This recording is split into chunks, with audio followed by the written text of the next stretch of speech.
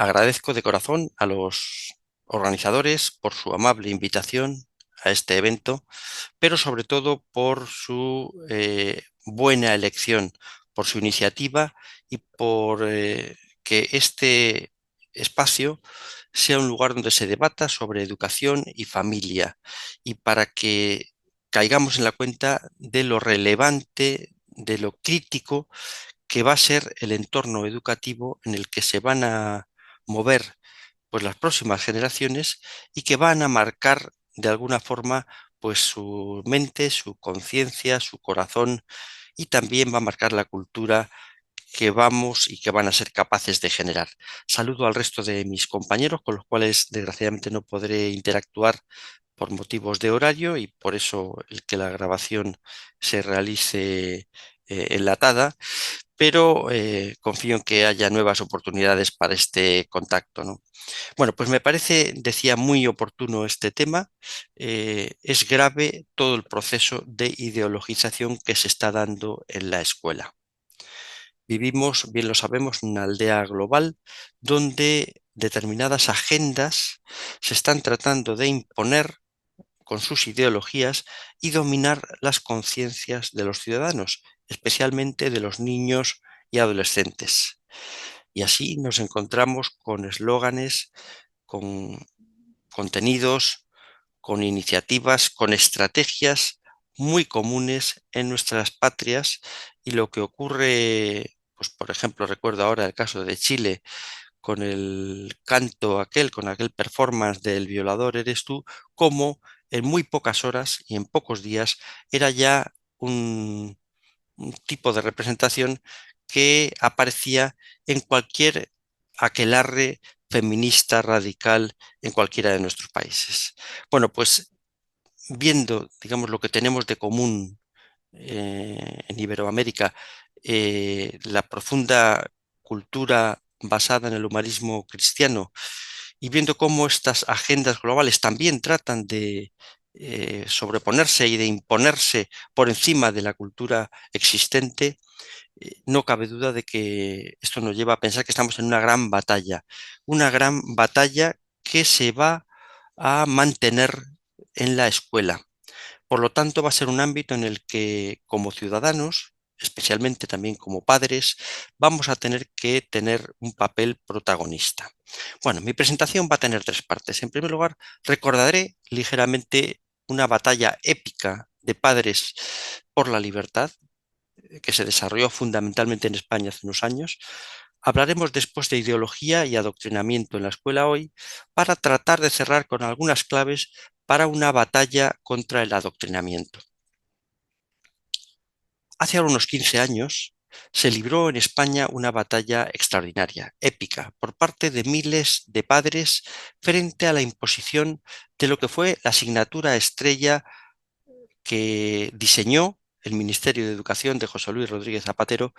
eh, para tratar de impulsar una agenda de ingeniería social. Esta asignatura era Educación para la Ciudadanía,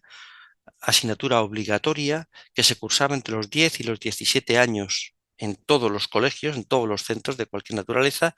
y que además tenía unas componentes ideológicas que ya hacían ver que se trataba de el deseo de modelar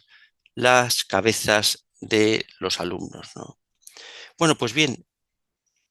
en esta batalla más de 55.000 padres objetaron en conciencia la asignatura, sacaron a sus hijos de las aulas y establecieron una batalla verdaderamente extraordinaria durante 4 años y en muy diferentes frentes. En la propia escuela, donde existía la amenaza de la reprobación, del no pasar de curso, del ser suspendido, de quedar de forma denostada, ridiculizado delante del resto de compañeros. Bueno, la batalla escolar, la batalla mediática, que fue extraordinaria, la batalla jurídica y también la batalla política. Los padres denunciamos contenidos adoctrinadores de una asignatura que tenía un calado enorme, ¿no? Donde se hablaba de todo tipo de temáticas propias de la educación que tenían que dar los padres y que no debían estar eh, vinculadas a lo que un determinado profesor, un determinado libro o una determinada ideología planteara en el aula. Bueno, pues se creó un gran debate y esto fue lo más importante, un gran debate público con gran protagonismo de los padres y que nos llevó a una batalla jurídica donde hubo una gran cantidad de sentencias, la mayoría en favor de los padres y en muchos casos contradictorias, que terminó en el Tribunal de Derechos Humanos de Estrasburgo, donde acudimos los padres ya en última instancia cuando el Tribunal Supremo eh, indicó que no existía el derecho a esta objeción de conciencia. Y para los que quieran pues, preguntarse por el final de esta historia, pues decir que esta asignatura desapareció en la siguiente legislatura con un cambio de gobierno, pero sobre todo despertó y movilizó a miles de padres, se estableció un debate muy importante sobre el límite del derecho del Estado a educar y que en la sentencia final del Tribunal Supremo, junto con el deber jurídico de cursar las asignaturas, respaldó que no se podían imponer o inculcar determinados elementos controvertidos con contenido moral en la escuela. Bueno, ¿y si nos preguntamos por qué es lo que está pasando hoy? Bueno, pues pongo aquí una imagen que vale más que mil palabras y que muestra la misma editorial, un libro muy similar, un título parecido, 15 años después. Los autores son los mismos y nos encontramos que aquello que en su momento fue Educación para la Ciudadanía, y estoy hablando del año 2007, hoy eh, se denomina Educación en Valores Cívicos y Éticos, y que los contenidos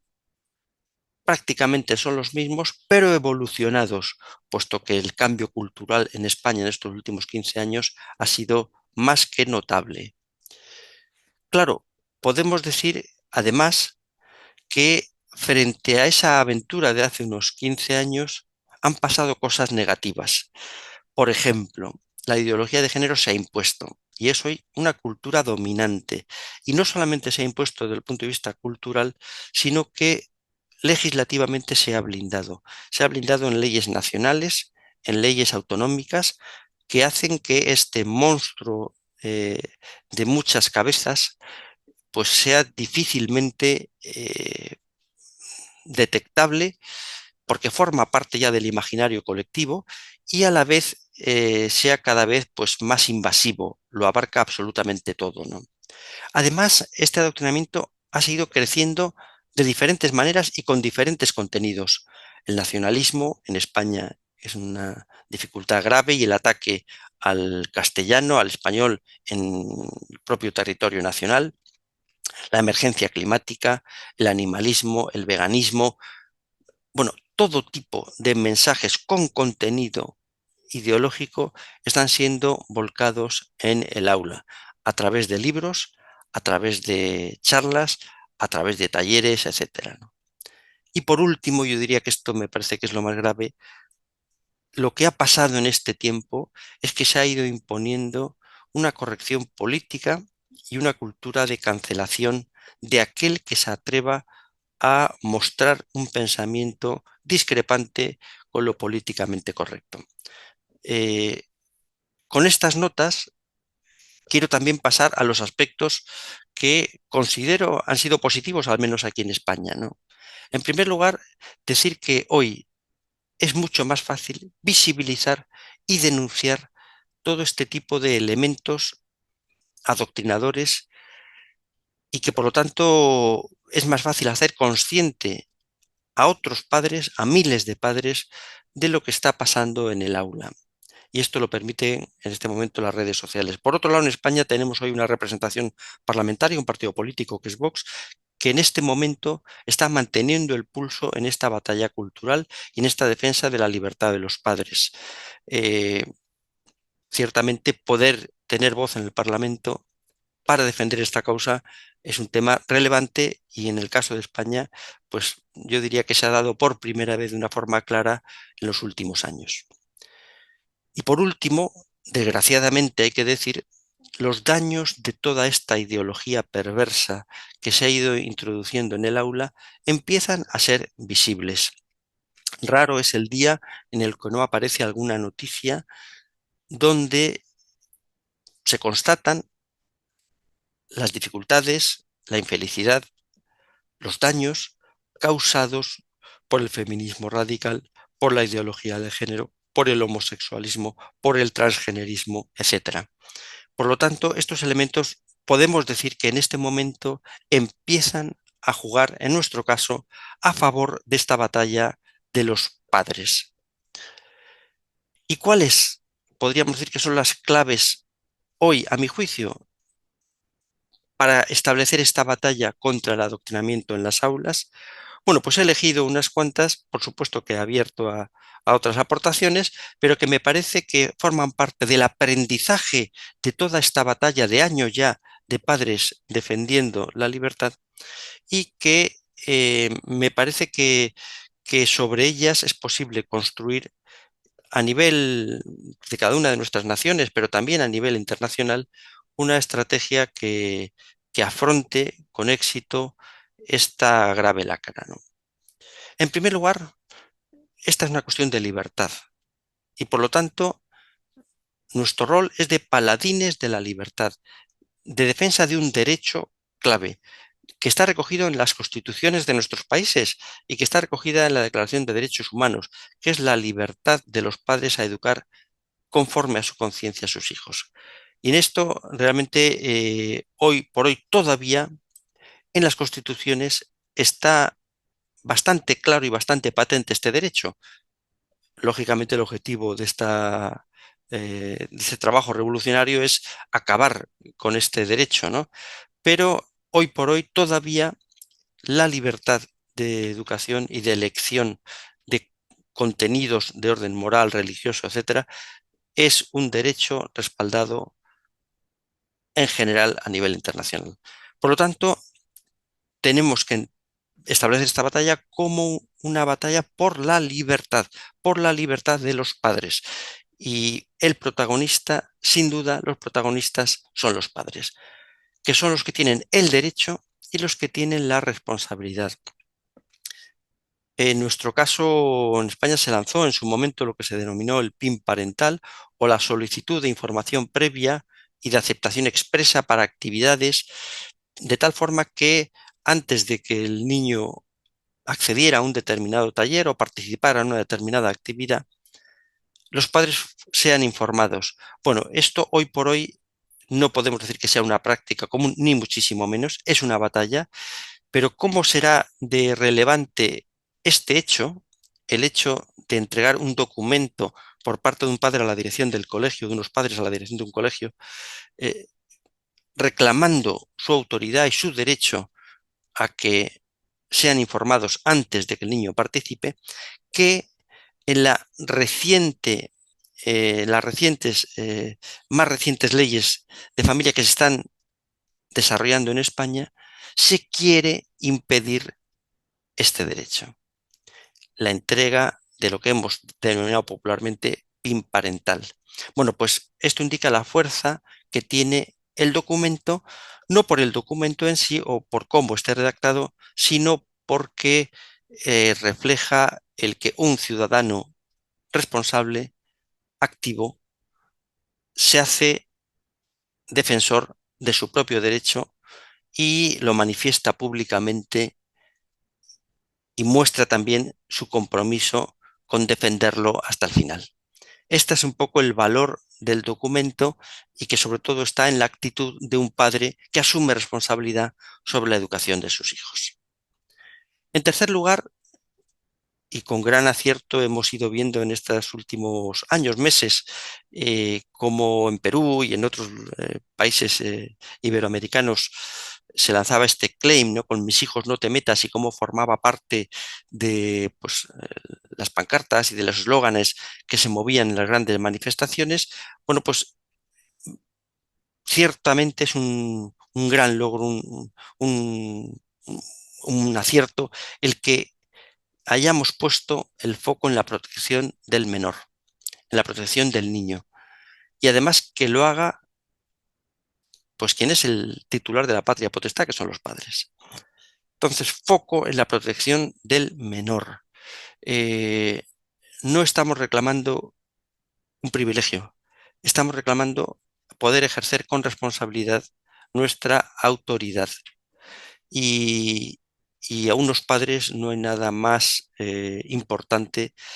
que defender que la integridad, la conciencia, la libertad, el bien de sus hijos, ¿no? En cuarto lugar, para nosotros ha sido siempre un reto y a veces no es fácil visibilizar la realidad. Hoy es tan explícito y tan ordinaria la manera en que eh, se proponen contenidos en público, yo diría obscenos, que nos hemos ido acostumbrando, pero inicialmente no era tan fácil visibilizar toda esta realidad. Pongo un ejemplo muy sencillo de hace 3 o 4 días, ¿no? Se ha viralizado, posiblemente haya llegado a alguno de ustedes también, un audio de una profesora de un colegio en el sur de España que comunicaba a los papás a través del grupo de WhatsApp que, bueno, como ya no se celebra el Día del Padre, lo vamos a denominar el Día de la Persona Especial. Y daba instrucciones para que los niños llevaran al aula pues una determinada fotografía o algún elemento para compartir. Bueno, este audio, la profesora de manera bastante inconsciente estaba planteando la desaparición de la figura del padre. Bueno, pues se ha viralizado de tal manera y ha generado tal escándalo y tal ruido que el mínimo sentido común de cualquier familia se revela contra este tipo de estupideces que llevan al extremo el feminismo o el planteamiento del género radical, ¿no? Bueno, pues podéis buscarlo, quizás seguramente está en internet, pero lo que quiero recalcar es la importancia de visibilizar la realidad. Los padres se van a movilizar en la medida en que visibilizan lo que está pasando en el aula. Y desgraciadamente, muchas veces los padres, pues, no asumimos esta responsabilidad, no somos conscientes, no vemos lo que el niño hace, no interactuamos suficientemente con nuestros hijos y esto hace que estén pasando cosas que para nosotros pasan desapercibidas. En quinto lugar, la importancia de los grupos y asociaciones de padres que permitan el trabajar en común. Plataformas que respaldan a los padres, a las madres, a las familias y que permiten tener una mayor fuerza y una mayor capacidad de movilización. En sexto lugar, recordar que esta batalla tiene que darse en todos los ámbitos, en el ámbito escolar, en la propia escuela, en los medios, en el ámbito jurídico y en la política. Pongo aquí el ejemplo, me viene el ejemplo de Gabriel, un padre de familia de Madrid que pues consiguió evitar que se impartieran determinados talleres de ideología de género en un colegio y bueno, pues todo este caso no solamente, bueno, pues supuso un revulsivo para la lucha de los padres por el tratamiento que ha tenido en los medios, sino que de alguna manera empieza a cundir como ejemplo de lo que un solo ciudadano comprometido, activo y capaz de asumir su responsabilidad es capaz de conseguir, ¿no? Y por último, quisiera mencionar la importancia de las redes de apoyo. No podemos ser inconscientes. Hemos hablado antes de la cultura de la cancelación y hay un verdadero ataque sistemático contra todo aquel que desde cualquier ámbito se atreva a hablar contra el gran mantra de la ideología de género. Pongo aquí en esta diapositiva el caso de Jesús Barrón, profesor de biología que fue suspendido de empleo y sueldo por hablar desde la biología de que solo hay dos sexos, el varón y la hembra, el hombre y la mujer, y que no tenía caso hablar de más, ¿no? Bueno, pues su caso fue visibilizado. Realmente luego él ha dado muchísimas entrevistas y charlas sobre estos temas, ha sido premiado en algunos foros y hay que decir que además estas redes de apoyo, como hay el caso de Abogados Cristianos, así te tengo, no solamente han visibilizado su caso, le han apoyado personalmente, sino que incluso han establecido algunas campañas de fundraising para poder financiar pues esta suspensión de empleo que ha tenido durante algunos meses. Bueno, pues la importancia de las redes de apoyo. Y por último, quisiera terminar esbozando dos ámbitos que me parece que tenemos que tener también en el foco, muy lindantes con el adoctrinamiento, especialmente el de género, y que tiene que ver, por un lado, con el acceso a la pornografía por parte de los menores, de tal manera que es un reto social grave que tenemos que afrontar también desde las instancias públicas, el que se proteja a los niños, a los adolescentes, de la pornografía online que está causando un daño, una verdadera pandemia silenciosa entre nuestros menores. Esta hipersexualización a través de las pantallas está generando violencia, está generando delitos de tipo sexual,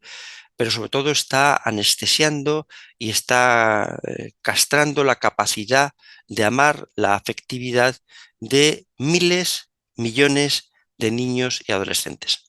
Y en segundo lugar, y pongo aquí la portada del nuevo libro de Alicia Rubio, nos encontramos ante un nuevo reto en la ventana de Overton, de la cual seguramente habéis oído hablar, ¿no? eh, Cuando pareciera que esto del género ya ha llegado a donde podía llegar, pues tenemos que anunciar que desgraciadamente hay un paso que todavía está en ciernes y que se está dando, que es el paso de legalizar la pederastia, dice aquí Alicia Rubio, o de promover una cultura pedófila, donde finalmente los niños son de uso adulto y donde pues sea una tendencia sexual más, la tendencia hacia los niños y por lo tanto legítima y legal, y además los niños tengan el derecho